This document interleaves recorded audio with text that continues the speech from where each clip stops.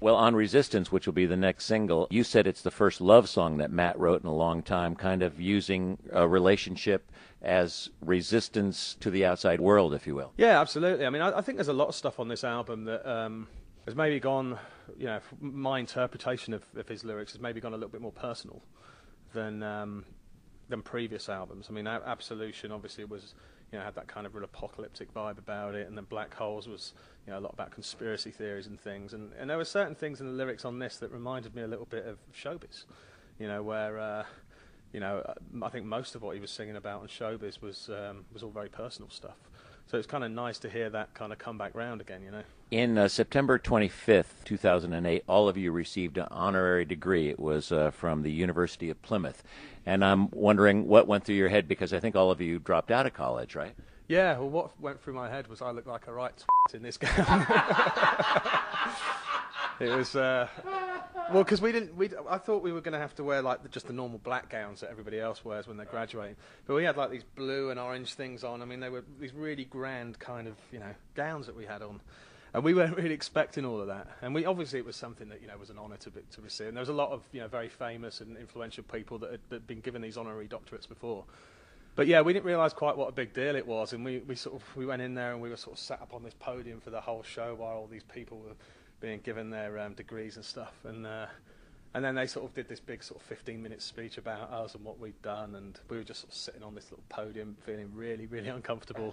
And we felt a bit guilty as well, because we were sort of like, all these kids out there have been working their asses off for 4 years to get their degrees, and we've just been given these doctorates for free, Didn't seem fair somehow, but it was great. It was a nice experience, and it was something that was obviously a very nice gesture to be. But we could call you Doctor. Yeah. Well, I was going to put it on my driver's license, Do you remember your very first U.S. showcase? I think it was December of 1998, and I think it was for Columbia Records. They flew you to L.A., and among the people there were Rick Rubin, a very famous producer. I don't think you've worked with him, but was that a maddening experience for you guys? Or was it a nerve-wracking event? It was a really, really strange time because, we'd been in a band for, 5 years or so, and that kind of 6 months sort of between, I guess the middle of 1998 towards the end of 1998 was when all of a sudden we were getting interest from all these labels, and we were flown to New York by, I think it was Silvertone, who were the first sort of interested label. We went and did a showcase there,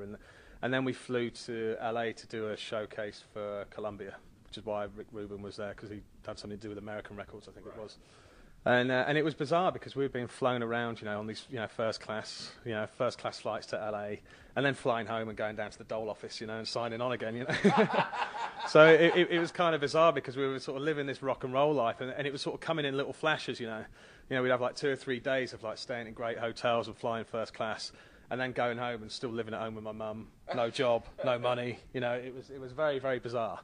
So it was very, very strange times, but it was really exciting as well. I mean, the kind of excitement that was around then was something that, a band only really gets to experience once. You are the family man in the group. You got married at 19, had your first kid at 21. You have 4 children, I believe. I'm curious how you balance family life with the life of this incredibly popular and busy rock band. It's very difficult, It's I think for a band like us, obviously, because we probably tour a lot more than other bands, because I think the one thing that's really shocked us as a band is the amount of success we've had outside of England, particularly in non-English speaking countries. And obviously that's a great thing for the band, but obviously the downside is that you spend a lot of time on the road. But I mean, you kind of have to have rules in place. There's a certain amount of time that I'm kind of not prepared to go away for. I sort of have my limits where I have to have a week at home. And you just have to, you have to try and balance it without compromising one or the other too much, And, if you get to the point where one is compromising the other too much, then, you've got a bit of a problem. But so far that's not happened, And, so far I'm hanging in there, But, I enjoy playing music too much, And I know that if I went home and wasn't involved in music and I was working in a bank or doing whatever, I wouldn't be as happy. And when I am away, I'm away for long periods of time, but when I do go home, I spend quality time with the kids, which is probably more so than people in normal jobs, because they go home and they're tired and they just can't deal with the kids, go to bed. I don't really have that. So.